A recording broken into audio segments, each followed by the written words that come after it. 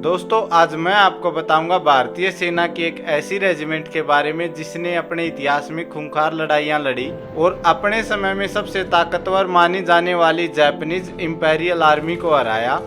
बाद में इस रेजिमेंट को भंग कर दिया गया। ये रेजिमेंट थी चमार रेजिमेंट। आज हम इसी के बारे में जानेंगे क्यों इसको भंग कर दिया गया, और कुछ लोग मानते हैं कि ये एग्जिस्ट ही नहीं करती थी। तो हम इस वीडियो में प्रूफ के साथ देखेंगे कि ये एग्जिस्ट करती थी या नहीं, और इसके साथ साथ हम इस वीडियो में ये भी देखेंगे कि आज के समय में भी भारतीय सेना में जाति आधारित भर्ती होती है। मैं हूं सारथी अंकित। वीडियो को स्किप मत कीजिएगा, एंड तक देखिएगा और चैनल को सब्सक्राइब कर लीजिए ताकि और भी इंफॉर्मेटिव वीडियो आपके पास पहुंचते रहें। दोस्तों चमार रेजिमेंट एक इन्फेंट्री रेजिमेंट थी।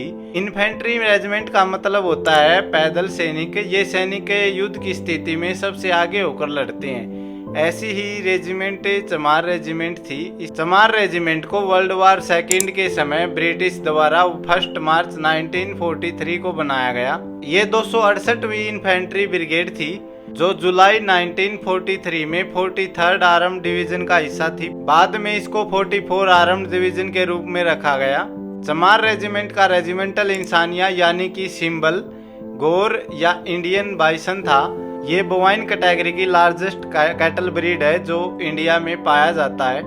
इसका आकार बुल के जैसे ही होता है, लेकिन कुछ शेप इसकी अलग होती है। चमार रेजिमेंट का हेड ऑफिस जबलपुर मध्य प्रदेश रखा गया था, और कुछ लोग मानते हैं कि चमार रेजिमेंट एग्जिस्ट ही नहीं करती। इसके लिए आप ये चमार रेजिमेंट के सिंबल देख सकते हैं। ये शोल्डर टाइटल हैं जो रेजिमेंट के सिपाहियों के शोल्डर पे लगते थे।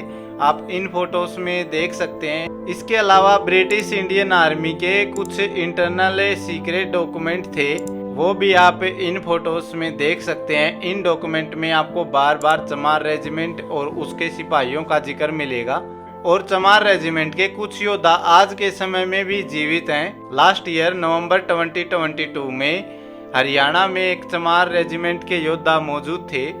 उनका नवंबर 2022 में निधन हो गया। उन्होंने अपने जीवन में रेजिमेंट को लेके 5 साल की सजा भी काटी थी। और आज के समय में भी चमार रेजिमेंट के एक योद्धा मौजूद हैं जो 109 वर्षीय संतलाल जी हैं। इनका निवास स्थान हिमाचल प्रदेश में है। अंग्रेजों ने मिड 1944 में चमार रेजिमेंट को जापानीज इंपेरियल आर्मी से लड़ने के लिए नागालैंड भेजा। तभी बर्मा कैंपेन चल रहा था। जापानीज इंपेरियल आर्मी उस समय में सबसे ज्यादा ताकतवर सेना मानी जाती थी। इस लड़ाई में चमार रेजिमेंट ने जापानीज इंपेरियल आर्मी को हराया। इसी दौरान चमार रेजिमेंट ने कोहिमा की लड़ाई लड़ी, जिसकी वजह से उन्हें बैटल ऑनर ऑफ कोहिमा का अवार्ड भी मिला। और इन्होंने कोहिमा की लड़ाई के अलावा battle of Rangoon, Tokyo, Mandal, Imphal, कामो, सिंगापुर और बर्मा की लड़ाइयां लड़ी और विजय प्राप्त की। मिड 1945 तक चमार रेजिमेंट ने ब्रिटिश इंडियन आर्मी के साथ मिलकर बर्मा को जापानी कब्जे से छुड़ाने में मदद की। इन लड़ाइयों के बाद चमार रेजिमेंट को बहुत सारे अवार्डों से नवाजा गया। इस तरह चमार रेजिमेंट को जब भी मौका मिला उन्होंने अपनी बहादुरी का परिचय विरोधी को पराजित करके दिया। लेकिन फिर भी ऐसी बहादुर रेजिमेंट को भंग क्यों कर दिया गया? वर्ल्ड वार सेकेंड के समय ही ब्रिटिश इंडियन गवर्नमेंट ने चमार रेजिमेंट को नेताजी सुभाष चंद्र बोस की इंडियन नेशनल आर्मी के साथ लड़ने के लिए सिंगापुर भेजा। लेकिन चमार रेजिमेंट ने इस बात को लेकर अंग्रेजों का विरोध किया और अपने ही देश के भाइयों के साथ लड़ने से मना कर दिया। बहुत सारे सैनिकों ने आईएनए ज्वाइन कर ली। चमार रेजिमेंट को लीड करने वाले मोहनलाल कुरिल व बाकी सैनिकों को अंग्रेजों ने बंधक बना लिया। इस तरह से जब चमार रेजिमेंट ने अपने भाइयों से लड़ने के लिए मना कर दिया और अंग्रेजों का विरोध किया, तो ब्रिटिश ने 1946 एंड तक के चमार रेजिमेंट को भंग कर दिया। उसके बाद से कभी भी चमार रेजिमेंट को दोबारा एक रेजिमेंट के रूप में नहीं देखा गया। चमार रेजिमेंट बहाली को लेकर समय समय पर मांग उठती आई है, और national commission of schedule caste ने इंडियन डिफेंस मिनिस्टर को लेटर भी लिखा। इस लेटर में इन्होंने लिखा, there are no reservation for schedule caste in Indian army due to which Dalit boys were not getting commission. If Chamar regiment will restored, Dalit boys will also be able to serve the country. Chamar regiment बहाली के उद्देश्य से ही झांसी के Bir farm गांव में एक चमार regiment स्मारक बनाया जा रहा है। चमार रेजिमेंट बहाल करो, चमार रेजिमेंट बहाल करो, चमार रेजिमेंट बहाल। इसी कार्य में लगे सामाजिक कार्यकर्ता दिनेश सोरेन कहते हैं कि चमार रेजिमेंट दलितों का एक गौरवशाली इतिहास है। अगर इसको बहाल किया जाए तो दलित समुदाय के बच्चे भी अपनी बहादुरी का परिचय दे सकते हैं। इसी मांग को लेकर इनका और बाकी दलित समुदायों का कहना है, जब इंडियन आर्मी में बाकी कास्ट बेस से रेजिमेंट मौजूद हैं, जैसे सिख, जाट, राजपूत रेजिमेंट, तो चमार रेजिमेंट को क्यों न बहाल किया गया, जबकि अपने समय में चमार रेजिमेंट ने अपनी बहादुरी का पूरा परिचय दिया है।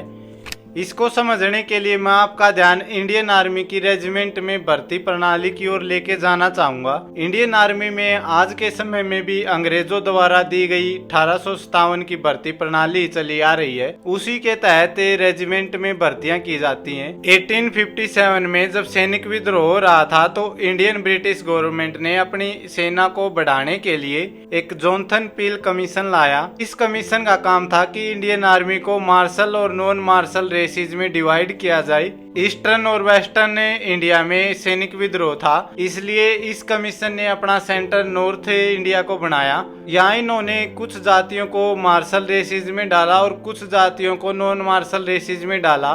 मार्शल रेसिज में वो जातियां या फिर उस क्षेत्र के लोग थे जो शरीर से मजबूत थे और जिनका लड़ाई का इतिहास रहा था, उनको इन्होंने मार्शल रेसिज में डाला। इसमें इन्होंने राजपूत, सिख, जाटे और सिख जाटे को इस कैटेगरी में लिया। इसके अलावा नॉन मार्शल रेसिज में इन्होंने ज्यादातर गरीब, मजदूर, दलित व पिछड़ा वर्ग को लिया।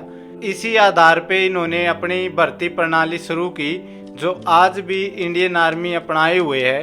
1947 के बाद कोई नई रेजिमेंट तो नहीं बनी है, लेकिन किसी रेजिमेंट को भंग भी नहीं किया गया।